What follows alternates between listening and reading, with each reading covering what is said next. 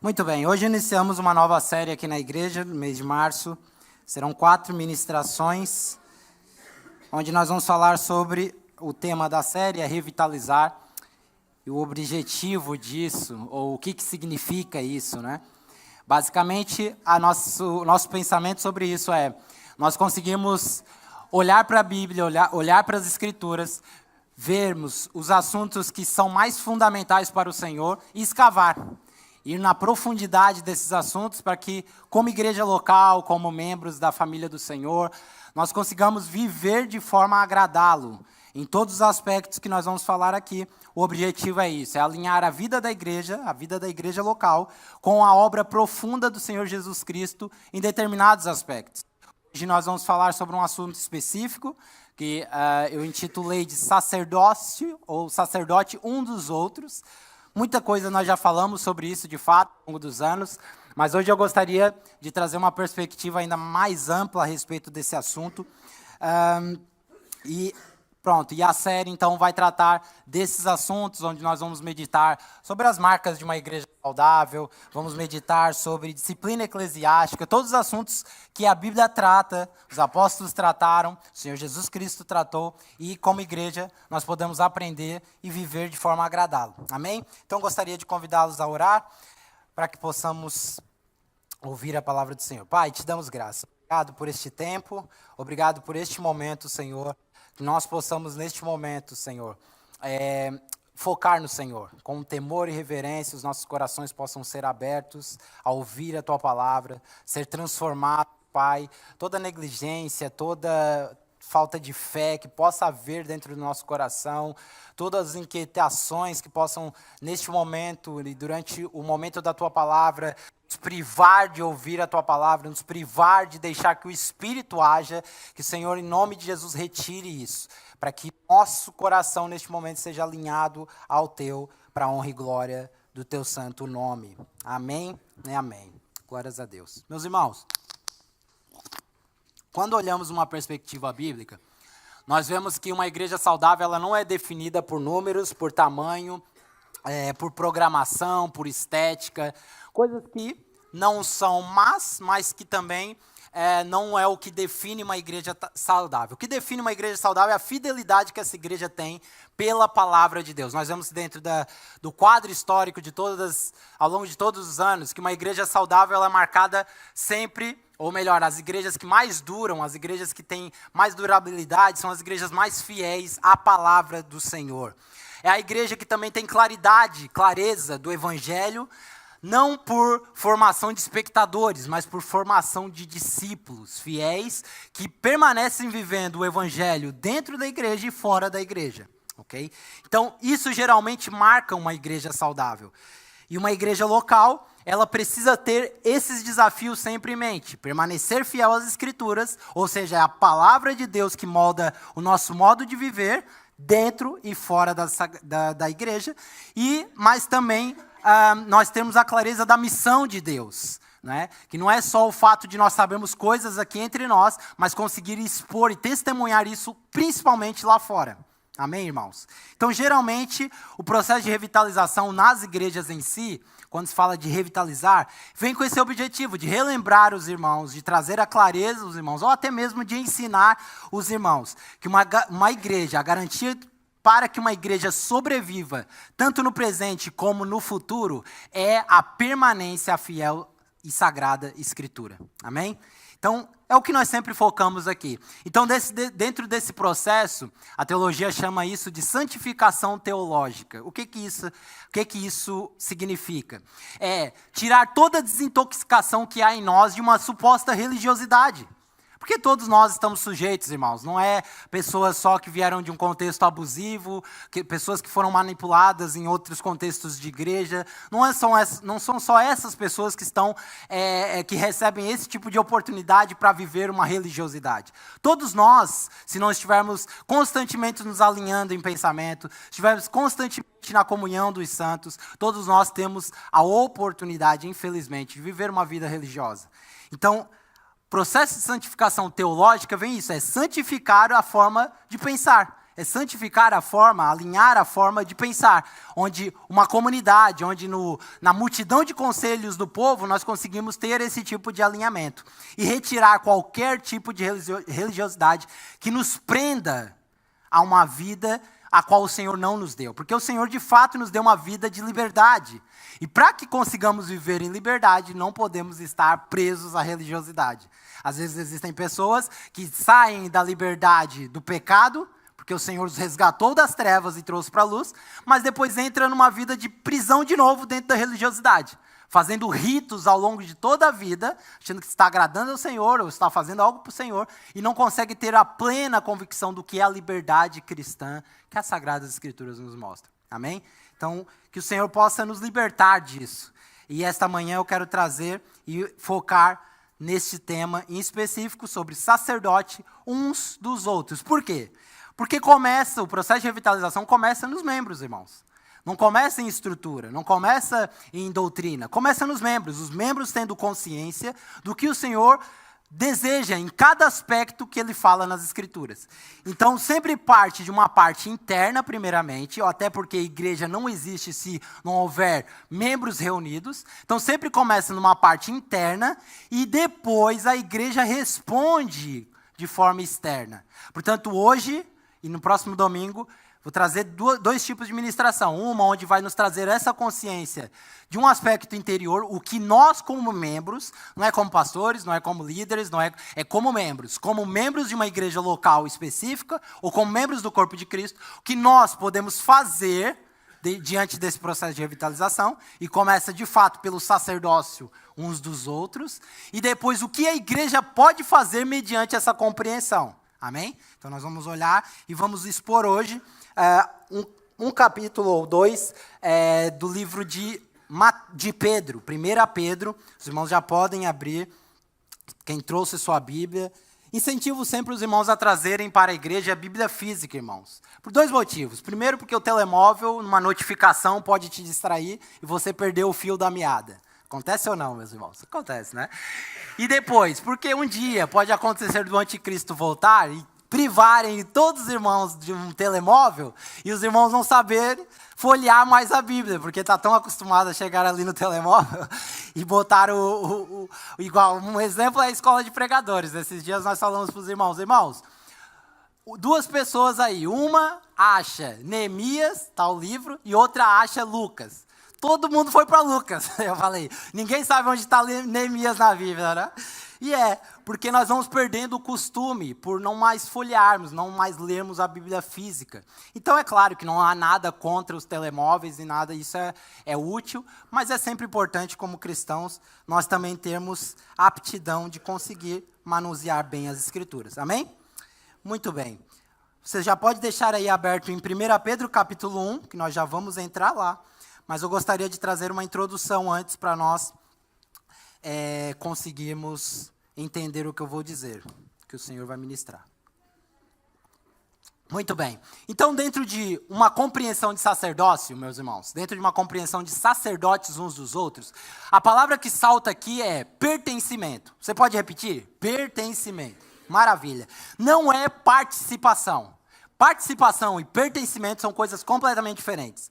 Pertencer, quando o Senhor nos chama à membresia, quando o Senhor nos chama a fazer parte de uma igreja local, quando o Senhor nos chama a fazer parte do corpo de Cristo, Ele fala sobre pertencimento.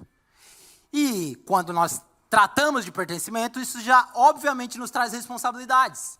Porque pertencer a uma família não é simplesmente eu ir lá, sentar no sofá e deixar a vida andar, né? Até porque nenhuma mulher deixa bem que aconteça isso, né? Graças a Deus. Mas, quando é participar, é como se fosse um convidado seu indo jantar. O máximo que ele leva é uma sobremesa, irmão. Mas ele não tem responsabilidade de lavar louça e nada. Só quando é muito já chegado, que costuma ir muitas vezes em casa, né? Mas, geralmente, não é assim que acontece. Portanto, hoje nós vamos falar sobre esse assunto, que é o sacerdote. E o sacerdote é alguém que pertence. Não é alguém que participa. É alguém que pertence. Então, como eu falei, muito já foi falado sobre esse assunto, mas gostaria de focar alguns aspectos importantes. Para isso, nós vamos voltar lá atrás nas Escrituras para relembrar os irmãos qual é o aspecto do sacerdócio diante de Deus. Okay? Então, o sacerdócio, quando os irmãos leem a Bíblia, o sacerdócio, talvez nós podamos pensar que o sacerdócio começa lá no Sinai, quando Moisés está diante de Deus, a partir dali o povo rejeita a voz de Deus, não quer que... Por quê? Porque tem medo da comparação com a santidade de Deus e pode ter aquela sensação de que vai morrer.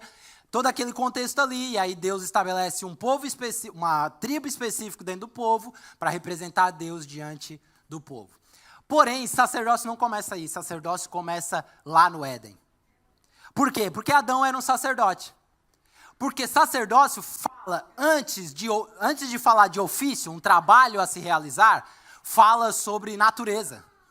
Sacerdote é quem nós somos, por natureza, mediante Cristo. Não é o que fazemos.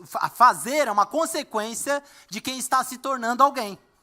Então vejam só, por que Adão era um sacerdote? Porque antes dele cuidar do jardim, ele tinha uma relação toda a viração do dia com... É ou não é? Então, nessa relação, ele estava se tornando alguém. Ele já era alguém, né? Porque ele foi criado perfeito à imagem do Senhor. Mas isso trazendo para uma perspectiva nossa. Que a primeira função de um sacerdote não é fazer, não é realizar, é se tornar. Então, o sacerdócio fala primeiramente sobre caráter e depois sobre serviço. Por quê? Porque se nós pensarmos sacerdócio como tarefas a se realizar, e de fato, a partir do momento em que acontece aquele evento no Sinai, os sacerdotes são levantados para realizar um rito religioso diante do povo de Israel, de fato também o é, mas se nós pensarmos que é isso primeiramente, meus irmãos, nós vamos acabar por nos tornar de fato religiosos. Nós vamos estar cumprindo várias regras ao longo de toda a nossa vida cristã, onde o Senhor nem sequer está nos transformando de fato.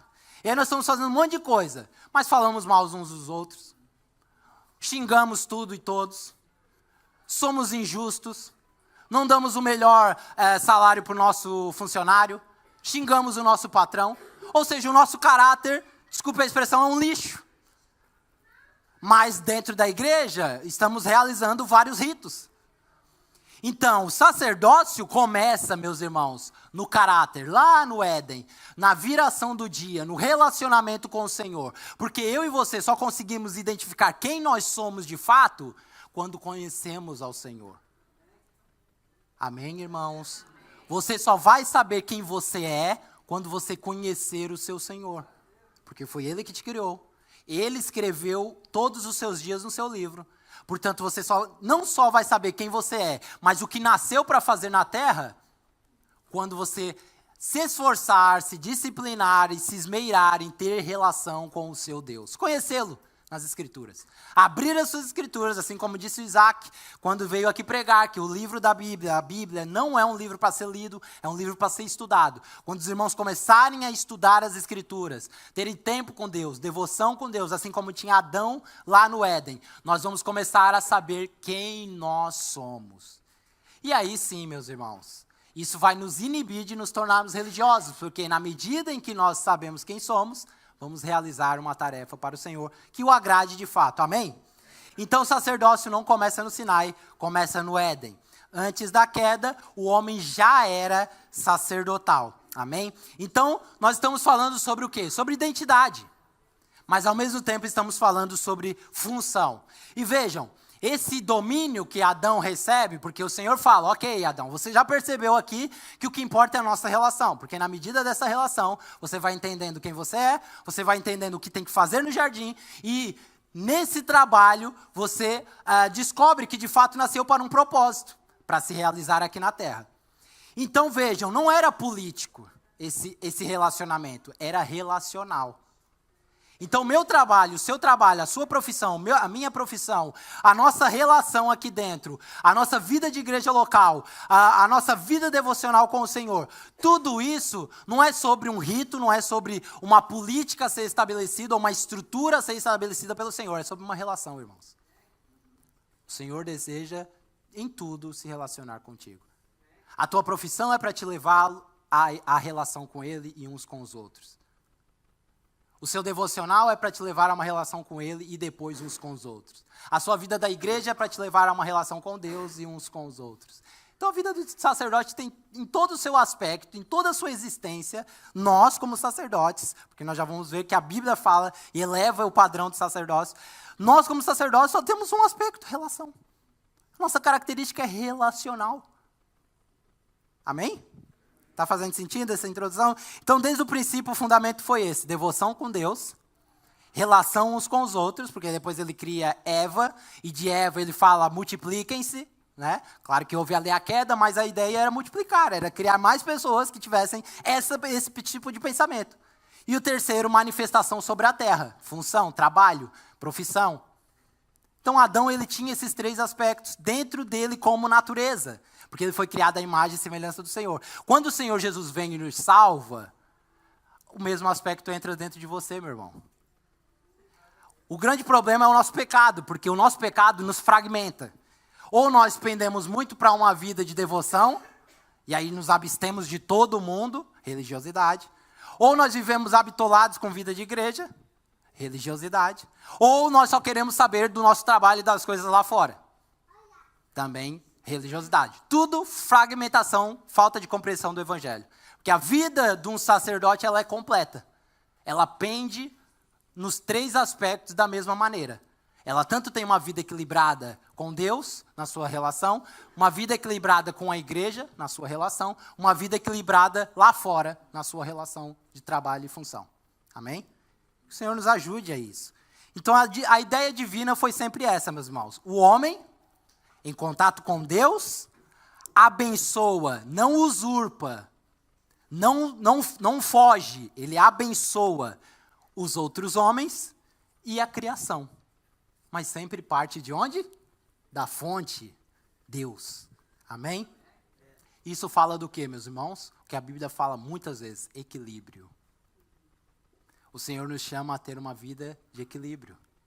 O Evangelho nos chama a viver equilibrados em todos os momentos. E esse é o cumprimento de Gênesis capítulo 1, verso 28. Apocalipse, lembra os irmãos, que a passagem do capítulo 5, verso 9 a 10 vai dizer o seguinte: entoavam um novo cântico dizendo, digno a Jesus Cristo és de tomar o livro e abrir os selos, porque foste morto e com o teu sangue compraste, o sangue do Senhor Jesus nos comprou, todos os que procedem de toda tribo, língua, povo e nação, e para o nosso Deus os constituíste reino e sacerdotes. Então vejam, o parâmetro aumentou. O Senhor já não agora chama um povo específico, como aconteceu no Sinai por causa do pecado. Ele volta lá para o Éden e diz que agora, através do sangue de Jesus, todos nós, é alguns irmãos? Todos nós. É o Papa, irmãos? É o pastor, irmãos? Todos foram chamados para serem reis, reino e sacerdotes. Então, todos nós precisamos ter uma vida equilibrada diante do Senhor. Amém? 1 Pedro, que nós lemos aqui no início, capítulo 2, verso 9, vai dizer, vós sois sacerdócio real. Então, uma das principais funções do sacerdote é representar Deus. Então, quando nós saímos da nossa relação com Deus, nós agora temos a função de representá-lo diante da igreja e diante das pessoas lá fora. Por que sacerdócio real? Porque existe um rei acima de nós, amém? Então, como no Antigo Testamento, acontece em 2 Samuel, os reis, os sacerdotes muitas vezes eram representantes de reis. Eles falavam em nome de reis para o povo.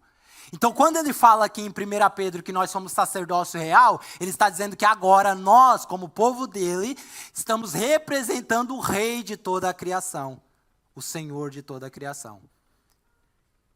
Portanto, não são só alguns, são todos. Então, na redenção em Cristo, ele não veio criar algo novo, ele veio restaurar o que havia sido perdido. Amém? Então, eu gostaria só de elucidar aos irmãos. Os irmãos podem ir acompanhando aí, que eu acho que eu coloquei algumas coisas, sobre o que significa a palavra sacerdote, para nós termos clareza bem. Ela vem, da origem hebraica, a palavra é Kohen, que significa aquele que ministra diante de Deus, ok? Diante de Deus, fala aqui da nossa devoção. Oficial consagrado para o serviço, e aí fala de fato do aspecto religioso que aquela tribo específica do Senhor era usada para o povo de Israel.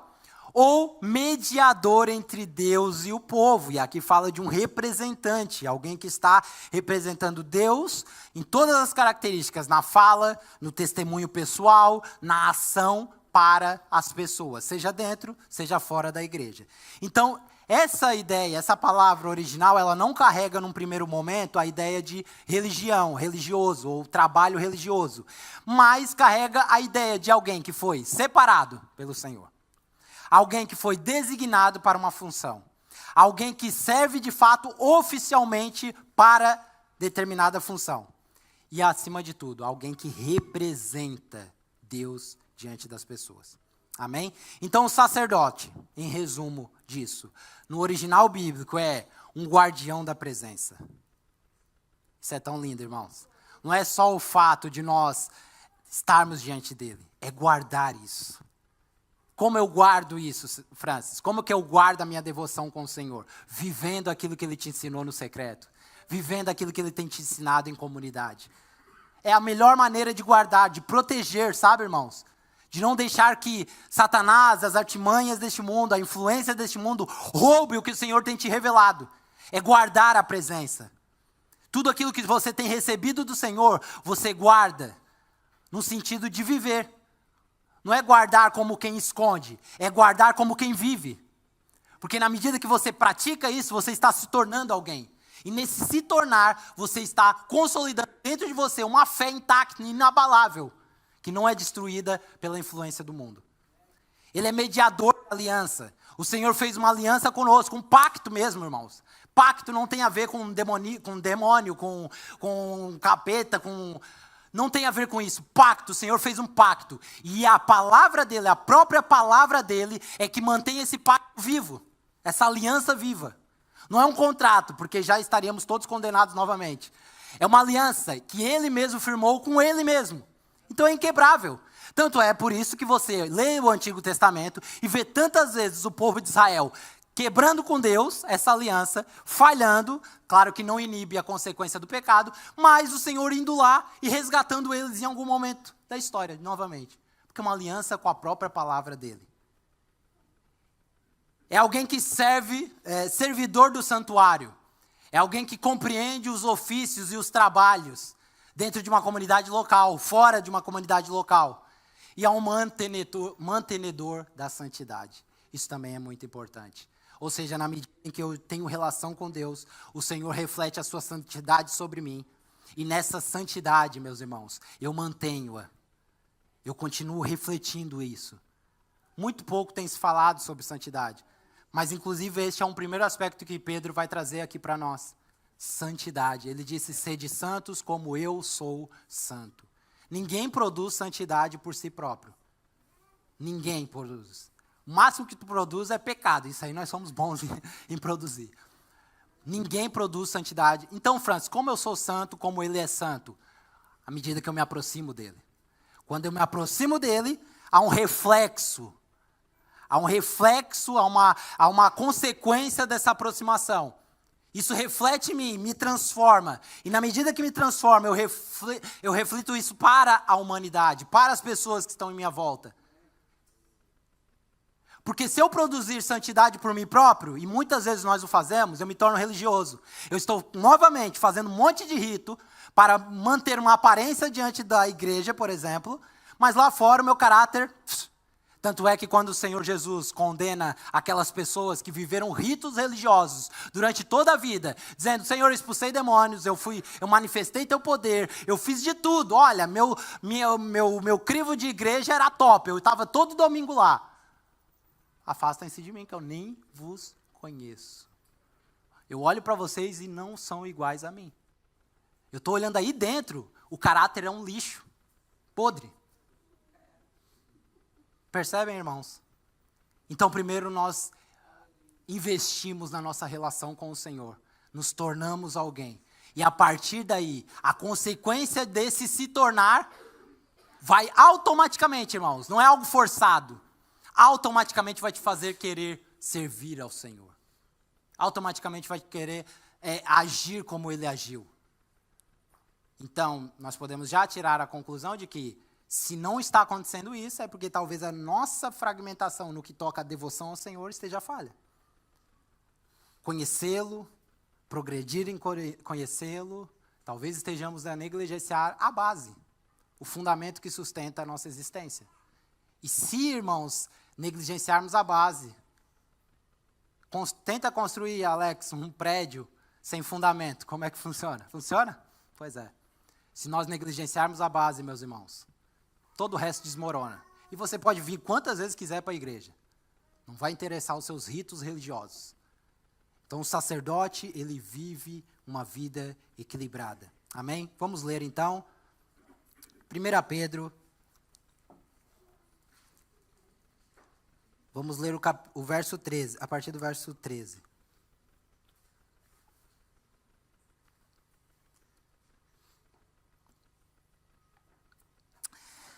Ok.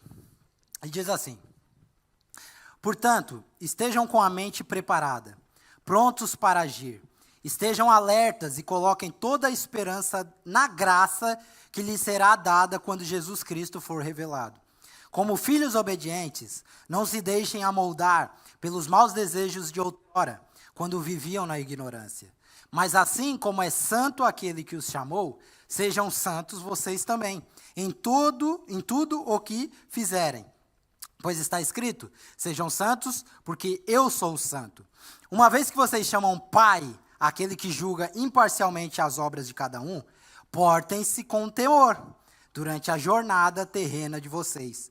Pois vocês sabem que não foi por meio de coisas perecíveis ou algumas traduções corruptíveis, como prata, ouro, que vocês foram redimidos da sua maneira vazia de viver, transmitida por seus antepassados ou pelos seus pais, mas pelo precioso sangue de Cristo, como de um cordeiro sem mancha e sem defeito, conhecido antes da criação do mundo, revelado nesses últimos tempos em favor de vocês. Por meio dele, vocês creem em Deus, que o ressuscitou dentre os mortos e o glorificou, de modo que a fé e a esperança de vocês estão em Deus. Amém? Então, eu quero saltar duas palavras aqui, que refletem muito desse aspecto, antes de entrarmos nesse primeiro ponto, que é, primeiro, isolamento versus pertencimento. Palavra que nós falamos aqui no início. Então, ao mesmo tempo que, isso é natural nosso, ao mesmo tempo que nós queremos nos isolar, irmãos, em muitos aspectos, ou independente das circunstâncias da nossa vida, fugir de tudo e de todos, dos problemas, das adversidades, ao mesmo tempo, nós temos uma sensação de querer pertencer. Então, às vezes, nós estamos sempre querendo participar, ser participante de um grupo específico, nós estamos querendo fazer parte, queremos um reconhecimento pelo nosso trabalho, queremos um reconhecimento pelas nossas habilidades, pela nossa personalidade. Então, o ser humano, ele vive nesse contraste, nessa dualidade. Ou ele quer se isolar em algum momento específico da sua vida, ou ele quer pertencer a algum grupo específico diante de algum momento da sua vida. Então, existem várias características que nos mostram que nós queremos de fato pertencer. Por quê? O primeiro ponto é, por que o ser humano quer pertencer? Porque ele não foi criado para viver sozinho. Deus disse, não é bom que o homem esteja... Então, nós não fomos criados. Nós podemos nos isolar, podemos fugir, podemos querer esse lugar de calabouço. Mas lá no seu âmago, lá no centro do seu ser, do seu viver, vai gritar por relacionamento. Porque você nasceu para a comunhão, meu irmão.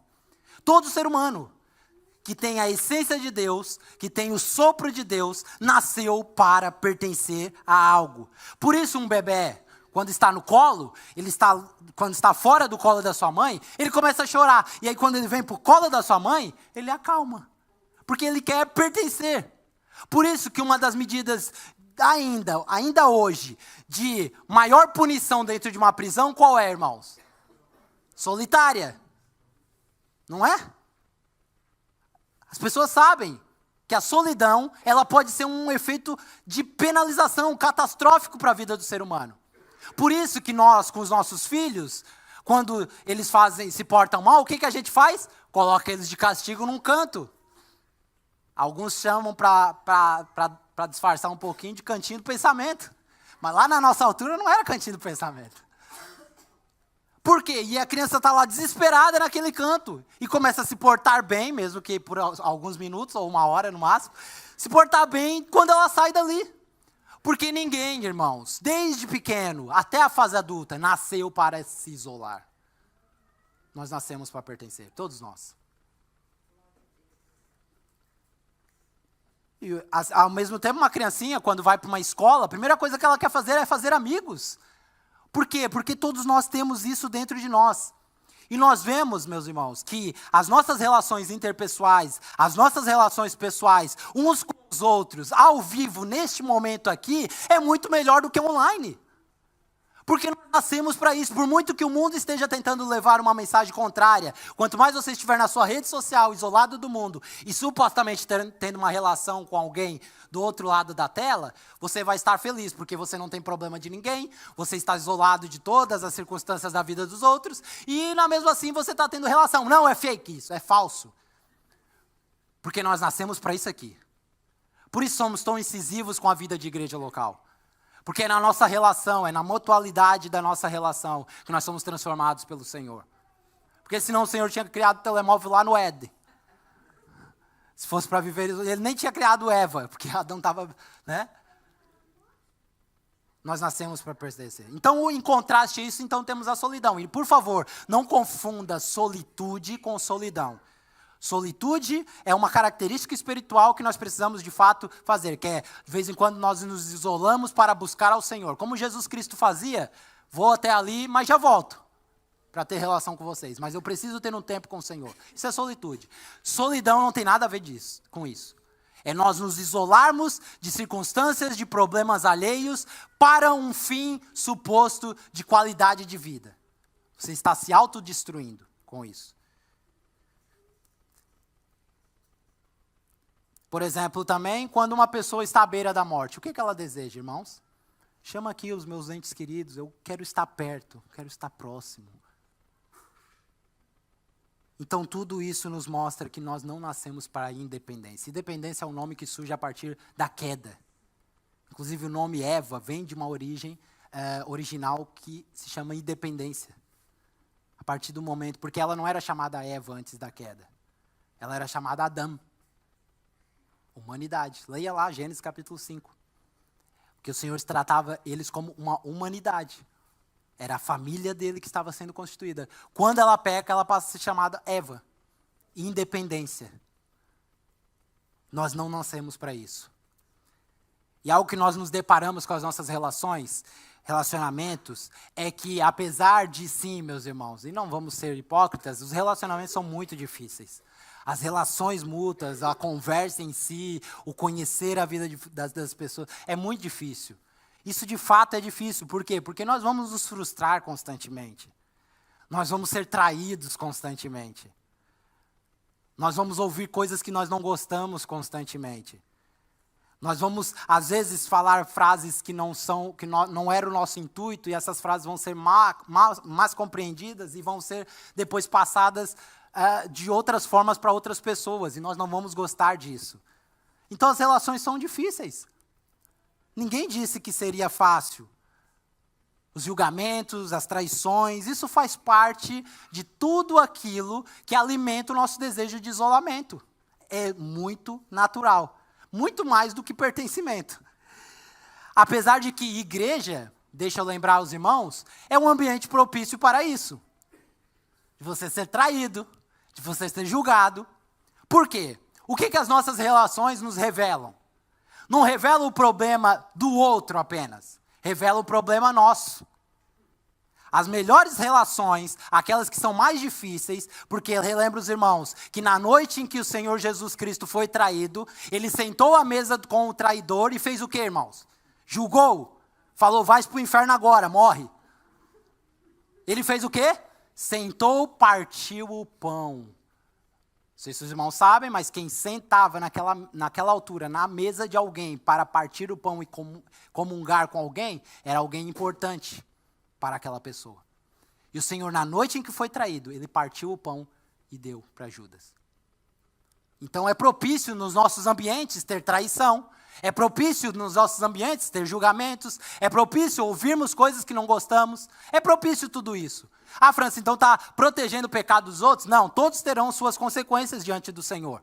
Mas é propício para revelar o que está dentro do seu coração, que ainda não consegue reagir de forma com que Jesus reagiu. O casamento, meus irmãos. O casamento é a melhor ferramenta que Deus criou para expor não o cônjuge, a mim. Quando eu e Débora quebramos o pau, claro, como todo bom homem, né, bom entre aspas, nós falamos que ela está errada, né? Não podemos. Porém, meus irmãos, se você parar para refletir, você vai conseguir enxergar nessa treta de marido e mulher o quão ruim você ainda é. Que você não conseguiu, diante do caráter de Jesus Cristo, reagir da forma com que ele reagiria. Falar e tratar do problema da forma com que ele resolveria. Então as nossas relações não vêm para refletir o problema do próximo, vêm para refletir o quanto ainda não fomos transformados em Cristo Jesus, para reagir da forma com que ele reagiria, para falar da forma com que ele falaria. Dói, eu sei. Amém, irmãos? Então não adianta você se isolar. Não adianta, meus irmãos. Porque quanto mais você isola, mais o Senhor vai achar um meio de te transformar. E aí a vida, aí ele usa a chibata da vida. Meu irmão. Então vem se relacionar que é mais fácil. Porque aí tu aprende aqui entre nós a ser traída, a ser julgada, a falarem mal de você. E vai reagindo como Cristo. E depois você não tem que sofrer tanto lá fora. Então escolha os meios, as ferramentas que você... Lembra aquela altura que o pessoal escolhe aí o que tu quer ser torturado? Faca, é assim. Só que o Senhor é misericordioso. Ele está fazendo isso porque Ele é bom. Porque se Ele deixar, se Ele largar nós, meus irmãos, aos nossos desejos, primeiro nem estaríamos com Ele, né? Que às vezes que Ele largou o ser humano aos seus desejos, nós vemos pela Bíblia que deu. Então Pedro vem expor. Primeira coisa que Pedro vem falar aqui nesse capítulo, sede santos. E mais uma vez relembra aos irmãos que a santidade é isso, é o reflexo daquilo que está sendo produzido em nós na medida da nossa relação, para que consigamos expor entre nós. Então a santidade não é para você como um monge que se torna o santo e vai se isolar do mundo para proteger aquela santidade. Quem que está vendo aquela santidade, irmãos? Ninguém. Como que eu exponho santidade? Quando eu me deparo com alguém me julgando, com alguém falando mal de mim, com alguém me traindo, porque a partir daí eu consigo reagir. Aí o Senhor já fala, olha aí, Francis, afinal não é tão santo assim, né? Quer matar o irmãozinho? Faz sentido para você, irmão? Então não é uma santidade baseada em religiosidade, onde você cumpre aqui um rito, onde você vem bem vestido, onde você tem uma postura cristã, onde você nunca falta culto. Não, assim é fácil, irmão. Onde você pergunta se está tudo bem para o seu irmão, mas nem quer saber se ele está bem de fato. Não é esse tipo de santidade. A santidade é quando você se relaciona com os seus irmãos, você vai conhecendo a vida dele mais a fundo, ele vai falando coisas que você não gosta de ouvir. Quando ele talvez faça algo contra você que você não gostou, e aí você tem a oportunidade de fato, demonstrar se você está se tornando santo. Reagindo. Aprendei de mim que sou manso e humilde de coração. Isso significa ação e reação. Ele estava dizendo, vamos ver como você age e reage mediante as circunstâncias da vida e da vida da igreja local. Então se isole, irmão, por favor, faça isso. Depois me conta o que deu. Então o isolamento é uma falsa proteção de integridade. É falsa. Nunca foi resposta bíblica, que você pode folhear de Gênesis a Apocalipse, você vai encontrar respaldo para isso. Jesus nunca fez isso, de se isolar para se livrar das pessoas. Porque conosco seria diferente. Você é o Primon, você é o bambambam do Senhor? Não, agora você tem esse livre acesso de isolamento. Até eu voltar, fique lá no seu canto. Então não foi para isso que o Senhor certamente nos chamou, meus irmãos. Então nas nossas relações, elas são importantes porque o Senhor vai nos tirando desse tipo de loucura de pensamento, desse tipo de falsa sensação de santidade, desses isolamentos egocêntricos, pecaminosos.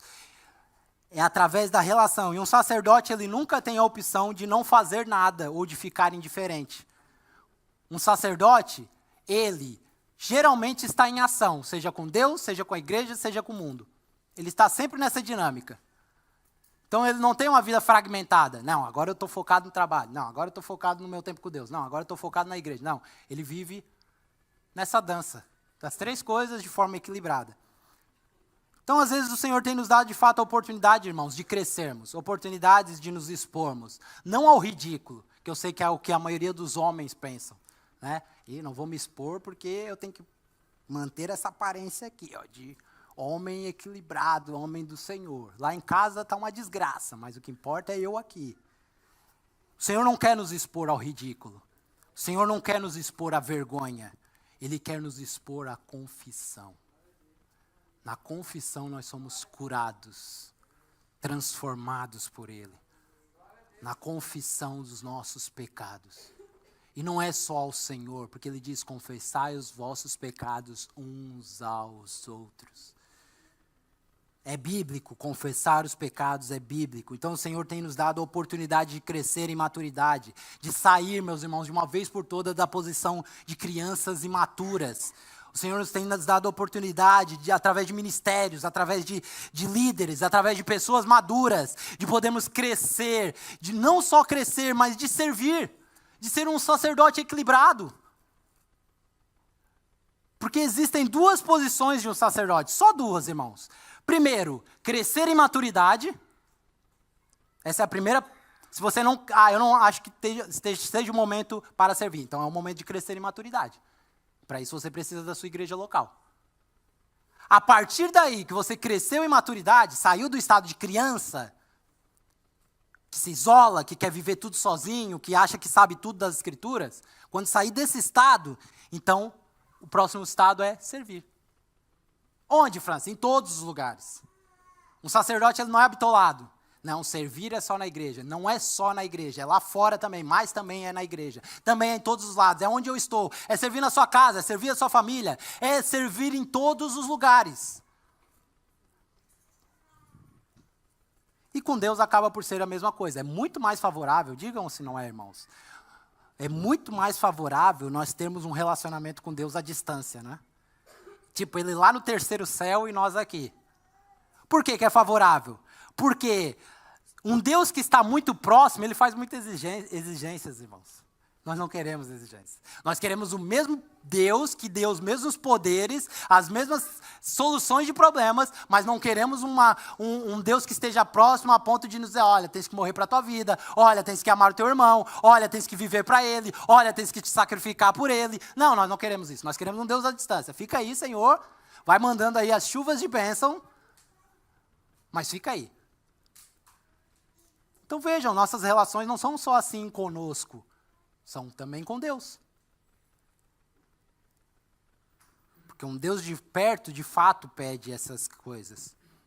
Nós queremos Ele aqui, resolvendo os nossos problemas. E isso tudo tem a ver com o sacerdócio. Porque é uma resposta, sacerdote, quando você perceber, quando você compreender, quando isso entrar dentro de você, é uma resposta contra isolamento interpessoal. É uma resposta contra uma vida superficial com Deus. Como diz pastor Hernandes Dias Lopes, se queremos de fato avivamento, precisamos de mensagens confrontadoras. Se o homem falou, quem sou eu para dizer o contrário? Então, dentro disso, existem esses três aspectos, ok? 1 Pedro, então o que nós lemos, ele vem pontuar. O primeiro pilar para exercermos sacerdócio uns dos outros é, dentro de um processo de revitalização, é nos tornarmos santos. Vamos repetir? Muito bem. Então, o primeiro aspecto sobre santidade é que ela não é produzida por nós, conforme havia dito, mas ela é um reflexo daquilo que nós estamos nos tornando no Senhor. Ela é refletida em nós e através de nós. Então, na medida, inclusive é o que Pedro fala aqui, na medida ele fala assim no verso 13, estejam com a mente preparada, ou a palavra que ele usa ali em algumas versões é cingindo, cinjam os vossos pensamentos. prontos para agir, estejam alertas e coloquem toda a esperança na graça que lhe será dada quando Jesus Cristo for revelado. Algumas versões diz na medida da revelação progressiva de Jesus. Então ele está dizendo, na medida em que nós estamos crescendo em Jesus Cristo, em maturidade, na medida desse crescimento, cinjam, protejam a vossa mente, protejam o que vocês têm recebido de revelação para manter essa santidade. Então, um dos primeiros aspectos que Pedro vem trazer aqui, no conceito de santidade, é sobriedade. Qual versão diz assim? Sobriedade aí. Tem alguma versão? Acho que aqui também diz. A palavra que aparece ali, equilíbrio, é sobriedade.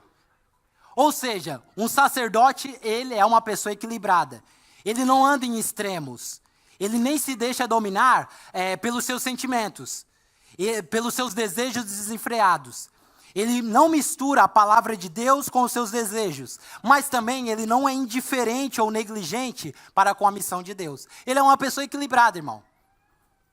E quando aparece a palavra cingir aqui, cinjam os vossos pensamentos. Ele está dizendo, cingir. Nós vamos lá para o Oriente Médio para entender contexto, hermenêutica aqui, e exegese. Nós precisamos entender o que aconteceu lá, o que essa palavra significava.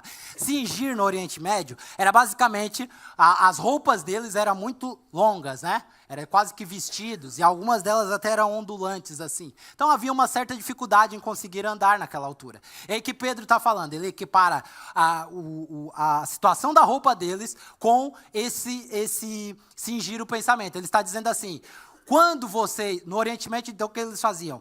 As roupas, por serem largas e ondulantes, eles precisavam esticá-la, e eles usavam um cinto de couro para prender. Por quê? Porque quando eles tinham que fazer uma viagem muito longa, ou tinham que trabalhar, eles precisavam de facilidade para isso. Locomoção, eles precisavam estar bem para isso. Então o que Pedro está falando é isso.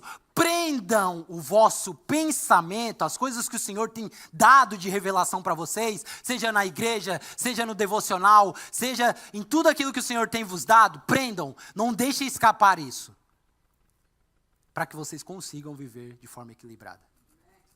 Nem indo para um extremo, nem indo para outro. É o que Pedro está dizendo aqui. Então Pedro está dizendo, prendam o vosso entendimento. E nessa medida desse entendimento, sejam equilibrados. Não entrem no campo do vitimismo, por exemplo. Ah, ninguém gosta de mim. Ah, ninguém quer saber de mim. Ah, não sei o quê. Não entre nesse campo, meu irmão. Não é um espaço para um sacerdote que entendeu o evangelho. Um sacerdote, ele avança, vocês percebem? Ele caminha para frente. Ele fala, ok, ninguém quer saber de mim, não interessa, eu estou fazendo sempre algo por alguém. Até que esse meu irmão que ainda não entendeu isso, entenda o evangelho. Então, enquanto você está no campo do vitimismo, você não vai conseguir sair de lá. É uma prisão, é uma cadeia. Mas o dia que você sair, meu irmão, você vai ajudar todos que estão na sua volta a fingir os pensamentos no evangelho. Então, a posição é você que decide. Você quer manter-se lá?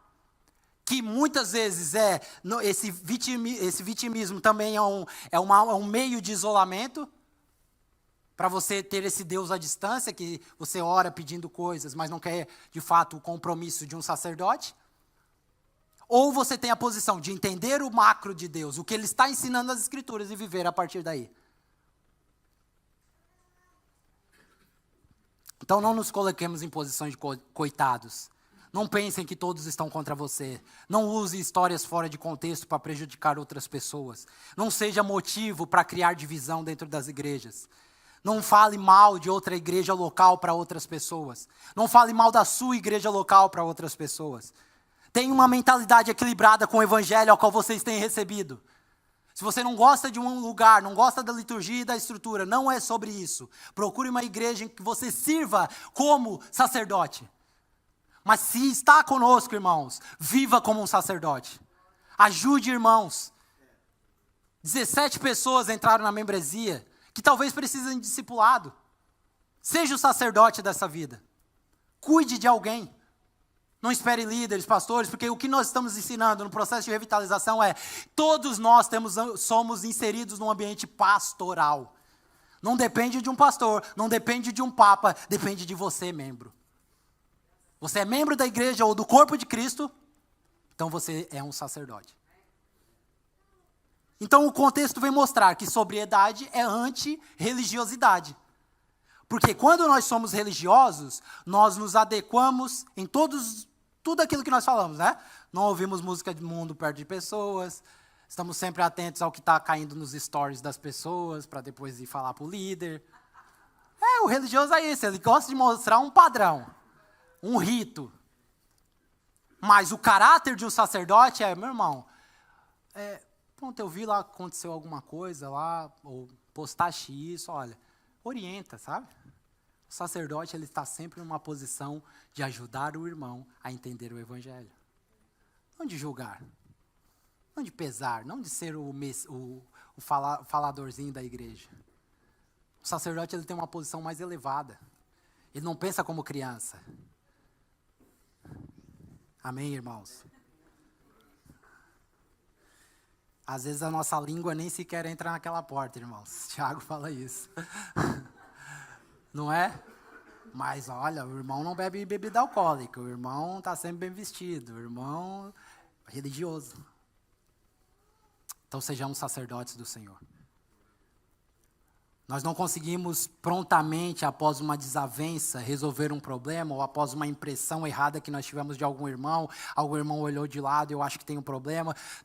Eu entro dentro da igreja e só consigo falar com uma pessoa dentro da igreja. Misericórdia, irmãos. Você precisa buscar a cura do Senhor. Porque depois você está aqui ceiando, na cara lavada.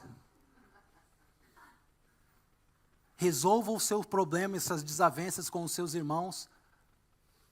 Quem come e bebe indignamente, vocês já sabem, discerne o corpo. E aí você está discernindo você e fala, não, essa semana eu fiz 30 ritos corretos, não pequei contra o Senhor, então eu vou tomar a ceia. Quando ele fala discerne o corpo, ele está falando do corpo dele, não o seu. E o corpo dele é Cristo, é o corpo de Cristo, a igreja toda. Discerna, você tem problemas com alguém na igreja, resolva esse problema. E a partir daí, seja o sacerdote. Sirva ao Senhor.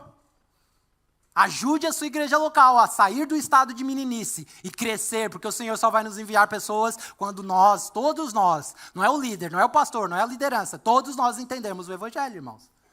Porque aí ele vai falar, ok, a igreja lá em Lessa da Palmeira está pronta para receber ímpios para serem cuidados. Porque eles já não estão preocupados com meninices, com pode, não pode, falar mal um do outro e etc. E digo já, isso nunca vai ser escasso dentro de uma igreja local, tá? Se você está procurando isso dentro de uma igreja local, pode percorrer o mundo e depois me diz. Nunca, jamais. Então lembre-se que você não está aqui por causa das pessoas, mas está aqui por causa das pessoas. Você está aqui primeiramente por causa do Senhor que está te transformando, que é tão pecador quanto a pessoa que falou mal de você. E na medida dessa compreensão do evangelho, guarde, cinge, ele está falando, cinge, protege isso. Você já entendeu o evangelho? Você já entendeu que não pode falar mal uns dos outros? Já entendeu que não pode anunciar mensagens falsas uns para os outros? Ok, entendeu? Agora você identifica quem faz no meio da relação, porque se você só pergunta se está tudo bem no fim do culto, você não conhece a vida de ninguém. Então, na medida da relação, você começa a entender quem está com algum déficit de falta do evangelho e ajuda esse irmão a crescer. Ninguém fica para trás, irmãos. Ninguém fica para trás. E o que exige isso? Sacrifício. Para isso, você vai ter que chamar um Deus para perto. Porque Deus longe não vai adiantar. Você vai ter que chamar Deus para perto. Por quê? É o que ele fala aqui, né? Invocais Deus por Pai. Quando se invoca Deus por Pai, o que o pai faz? Ele corrige o filho para que ele tenha uma vida próspera no futuro. É ou não é? Quando nós batemos e botamos nossos filhos de castigo, é porque nós sabemos todos os erros que, inclusive, já cometemos, né? Para que ele, no futuro, tenha uma vida melhor. Então, quando você chama o pai, meu irmão, prepara o lombo. Quando chamamos o pai, então tem muita gente chamando o pai para usar do seu poder, mas não quer, de fato, ele como pai. Quer como Senhor. Porque no seu poder eu resolvo os meus problemas, mas como pai eu vou ter que mudar meu caráter, e eu não quero isso. O que eu gosto é do pecado. Mas você já foi liberto do pecado. Então não está coerente a vida. Então quando você chama como pai, invoca como pai, esse pai vai se apresentar como pai, não como Senhor. E na medida que ele se revela como pai, ele usa do seu poder de Senhor. Faz sentido? Então isso só acontece juntos, irmãos. Juntos. E a Pedro diz, sejam sóbrios. Em qual medida, Pedro? Até que surja o Cristo, ele está dizendo. Vamos progressivamente recebendo essa revelação. Então nós precisamos continuar crescendo em equilíbrio, não despencando para extremos. Nós precisamos resolver as nossas pendências. Como diz Pedro no verso 14, como filhos da obediência, não vos amoldeis mais as paixões que vocês tinham anteriormente na vossa ignorância. Então esse é o problema de uma igreja saudável, porque ela vai te dando revelação das Escrituras. E aí você vai ser julgado na medida da revelação que recebe. Então tem muita gente que gosta de ficar na ignorância. Mas tudo que está sendo revelado, e nós vamos sempre nos esmerar para elevar o padrão, porque graça é isso, irmão. Você diz, agora eu estou no tempo da graça, é liberdade, mas quando você vai ler de fato, numa perspectiva bíblica, graça, ela eleva o padrão. Porque antes era na atitude, não é o pecado, agora é no pensamento. Isso é elevar o padrão, meu irmão. Que antes era só quando alguém descobria, mas agora ele está olhando aqui. Ah, muito bem. Ninguém precisa ver, mas eu estou vendo. Não é? Nós justificamos muitas coisas. Nós justificamos, por exemplo, o dízimo. Não, o dízimo já é do Antigo Testamento. Já não preciso dar. Mas daí na graça ele fala sobre uma contribuição generosa, sacrificial e regular. Ele expande, ele fala, ok, já não existe dízimo de fato, não é mais desse %. É consoante, ele fala, dê consoante a graça que recebeste. O Senhor se doou 10%? Respondam, igreja. O Senhor se doou 10%? Ele se doou em quê? Então, veja o que propõe no seu coração e dê o dízimo, ou contribua. Para tirar a palavra dízimo. Contribua. Segundo a graça que recebeste. O que ele está dizendo? Ok, a graça elevou o padrão. Então não é mais 10%. Ah, eu propus isso no meu coração, 20 euros. Então você não entendeu graça. Porque é consoante, é claro, você tem que fazer todos os cálculos da sua vida, todo o seu salário, etc. Isso aí não... Mas a questão é essa, que o Senhor eleva o padrão. Então pare de justificar que não existe mais dízimo, irmão. O princípio é desde... Nós já falamos aqui mais de 1 hora sobre isso. O princípio está desde lá do Éden. E vai continuar até Apocalipse. O problema é o nosso coração. Eu sei que é duro, mas o Senhor já transformou em um coração de carne. Tanto a graça, ela eleva o padrão em todos os sentidos. Não é só, eu usei esse exemplo, mas em todos os sentidos. É na sua família, é no seu trabalho, é na igreja local. Então, na medida do conhecimento, na medida que o sacerdote se aproxima de Deus e se aproxima do próximo, uns dos outros, nesses ambientes, eu me coloco à disposição de transformação. E aí sim eu posso refletir santidade. Você entendeu? Eu me coloco nessa posição. E aí eu, sim, posso viver santidade. Então pare de privar a atuação do Evangelho, irmãos. Pare de privar. O ponto 2 aqui. Nosso caminho já esgotou. O ponto 2. Segundo pilar. Para exercermos sacerdócio uns aos outros, no processo de revitalização, nos tornamos servos. Pedro vai falar assim no capítulo 2, verso 22 a 25. Tendo purificado a vossa alma pela vossa obediência à verdade, tendo visto o amor fraternal, não... Você está lendo aí, irmão? Lê comigo. Não...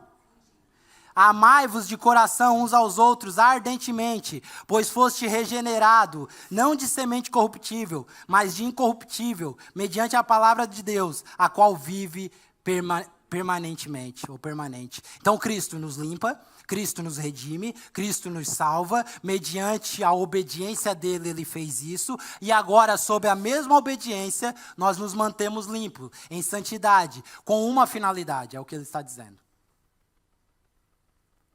O amor fraternal não... Pedro está indicando um amor voluntário, que não espera nada em troca, que não é alicerçado na ofensa. Ou seja, mesmo que alguém te ofenda, te traia, que não façam nada por você, esse amor continua sendo derramado através da sua vida. É difícil, eu sei isso por ser humano, nós temos sempre a espera de algo em troca. Mas o que ele está propondo aqui, ele está elevando o padrão do amor. Graça é isso. Ele está falando, mesmo que ninguém faça nada por você a vida toda, continue derramando esse amor. Por quê? Porque ele te amou primeiro. Porque ele te amou quando ainda era pecador. E ele derramou esse amor sobre você. Então esse amor não é produzido por você próprio, é um amor que foi recebido por você. E a partir daí você derrama esse amor, independente do que façam por você, independente do que não façam por você, independente do que hajam contra você. Você derrama esse amor. E ele só é possível porque Cristo fez isso por nós. Um amor não fingido. Um amor, não é um amor que perguntamos se está tudo bem, por conveniência, um amor que se preocupa de fato se está tudo bem. Um amor que tenta conhecer um pouco mais sobre a vida e as necessidades dos irmãos. Um amor que para de se preocupar um pouco com os seus próprios problemas para alcançar a vida e a necessidade dos irmãos. É um amor que resolve qualquer desavença, uma impressão, qualquer mal entendido que possa ter existido no nosso meio, para que haja um ambiente de maturidade. Ele diz, amai-vos ardentemente, ele está falando aqui. Então nós sabemos que amor, sempre que Deus trata de amor, não é baseado só num sentimento, é uma ação também, é uma entrega sacrificial. Porque como que ele demonstrou o seu amor? Se entregando por completo. É ou não é, irmão? Amém? Então é um amor que não faz o que quer. É um amor que não faz só o que deseja. Sabe aquelas vezes que nós falamos, não, hoje eu não vou porque eu não quero. Hoje eu não vou fazer isso porque eu não quero, não vou numa programação porque eu não quero. Não, o amor da graça, ele extrapola isso. Mesmo que eu não queira, eu vou. Por quê? Pelo meu irmão. Difícil? Mesmo que eu não queira. Quando você é adulto, você não faz o que quer, porque você quer estar no sofá, ou quer estar na praia. Mas tem que trabalhar todos os dias, é ou não é, irmão? Senão não entra, é ou não é? Estou mentindo? Então você não quer isso, pelo amor de Deus. Então a palavra é a mesma coisa. Nós não fazemos o que queremos. Nós não somos disciplinados de estar aqui em tal horário, em fazer tudo que fazemos dentro da vida de pastoreio, só porque queremos. Todos os dias eu quero isso. Meu irmão. Eu faço porque eu entendi o Evangelho. E eu respondo a esse amor que foi derramado sobre mim dessa maneira. Não é por causa de um compromisso, uma responsabilidade que eu tenha. Não é porque o pastor Carmelo me obrigou a fazer isso. Não, eu entendi o Evangelho, irmãos. Eu entendi que mesmo mediante chuva, mediante sol, mediante problemas, mediante circunstâncias, crise financeira, independente do que eu estiver vivendo na minha vida, tem um irmão que está precisando de mim. Então eu me entrego ao Evangelho. E não faço o que quero, faço o que é preciso ser feito. Assim como você acorda todos os dias para fazer o que é preciso ser feito, trabalhar. Então esse amor que ele está falando ardente aqui, é um amor que levamos ao limite. É um amor que Jesus Cristo foi assim, ele demonstrou o seu amor no limite. Ele se entregou por completo. Ele deixou-se derramar a ira do Pai sobre ele. Ele entregou-se e recebeu todos os nossos pecados. Ele foi ao limite desse amor. E graça é isso, é você ir ao limite do amor, para que não demonstre um amor fingido. Eu amo a minha igreja local, os meus irmãos. Mas nunca aparece aqui, nós nunca tivemos, irmão.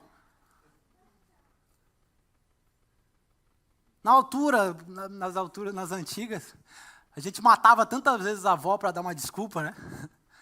Não, hoje a minha avó morreu, não vou poder ir. Às vezes nós somos assim, cristãos. Só não matamos a avó, porque sabe que é pecado. Mas estamos sempre a dar uma desculpa, irmão. Nós precisamos sair desse estado de meninice e começar a viver o Evangelho. Então a missão nasce da devoção. Se eu amo a Deus, eu sirvo o seu povo. Amém, irmãos? O louvor pode vir aqui já. Então a igreja é edificada, irmãos. Ouçam isso, não se distraiam. A igreja é edificada quando cada membro funciona.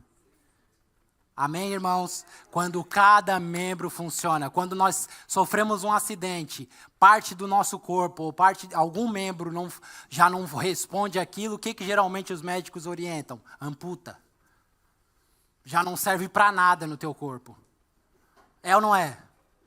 Então, A igreja é edificada, ela cresce, ela sobe o nível quando cada membro funciona. Sacerdócio aos santos significa suportar os fracos, perdoar rapidamente, corrigir com mansidão, priorizar unidade.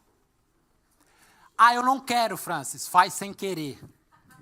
Até que o Senhor comece a derramar esse amor dele em você. Porque aí já não vai ser uma obrigação, vai ser uma resposta à graça do Senhor.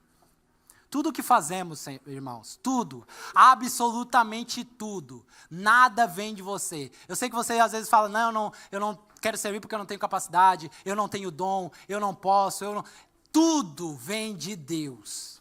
A capacidade, o preparo, tudo vem de Deus. A única coisa que você tem que fazer, sabe qual é? Sabe qual é? Disponibilizar. Disponibilidade. É a única coisa. E nisso nós falhamos miseravelmente. Na única coisa que nós temos para fazer, nós falhamos miseravelmente. Estar disponíveis para o Senhor.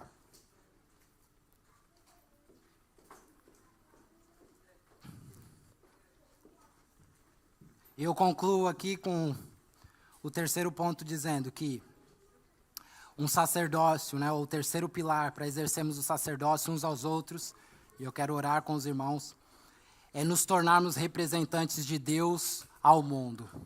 Então, primeiro nós falamos sobre a nossa vida de devoção com Deus. Segundo, nós falamos da nossa vida de igreja local. Sim, nós precisamos pertencer a um povo específico para que sejamos moldados pelo Senhor neste povo específico. E a partir daí nós consigamos prestar contas, conseguimos alinhar pensamentos, consigamos caminhar com dignidade. Então, sim, é necessário. E terceiro, nós somos representantes de Deus no mundo. Através da nossa profissão, porque ele vai dizer, vós, porém, sois raça eleita, sacerdócio real, nação santa, povo, propriedade exclusiva de Deus. Para quê? A fim de proclamar as virtudes daquele que vos chamou das trevas para a sua maravilhosa luz. Vós sim, que antes não eram povo, mas agora são povo, que não tinham alcançado misericórdia, mas agora alcançaram misericórdia. Então, irmãos, para finalizar, nós não nos tornamos apenas filhos, mas diante dessa filiação, nós recebemos uma missão. Atentos aqui, nós recebemos uma missão. Essa missão sai da igreja local e é enviada para o mundo. Amém, irmãos?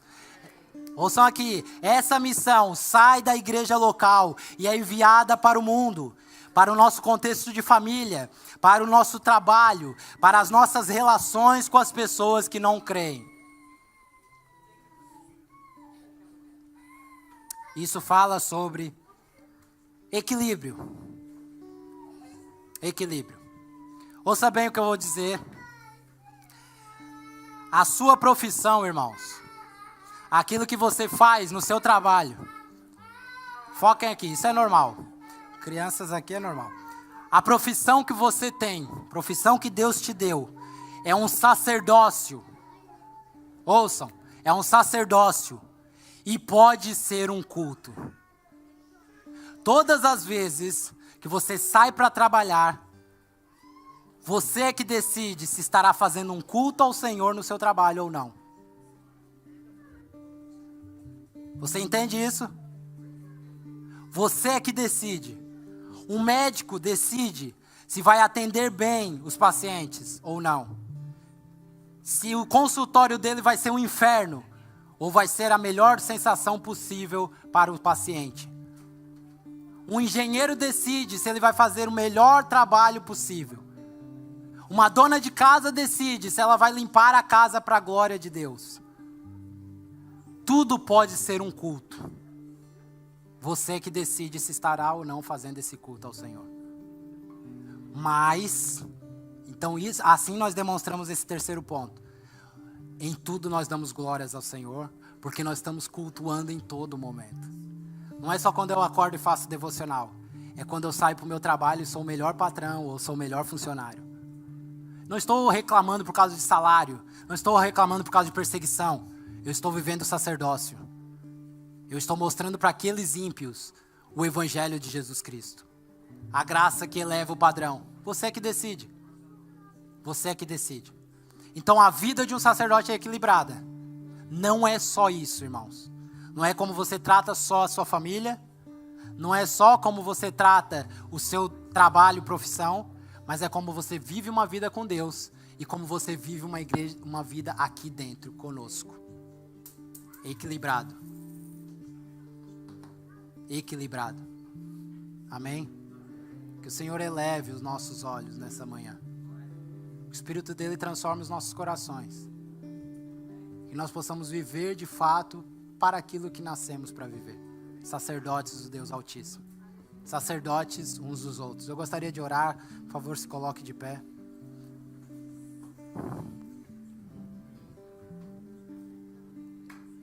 Então isso, dentro de um processo de revitalização, é o que eu e você podemos fazer para ajudar a igreja a crescer. Em maturidade, em números. Cada um aqui que está é responsável. Cada um. Ninguém aqui, pode ser que tenha, mas ninguém aqui, comparando a igreja, é sócio do Futebol Clube do Porto. Ou do Benfica, para alguns. Porque o que o sócio é?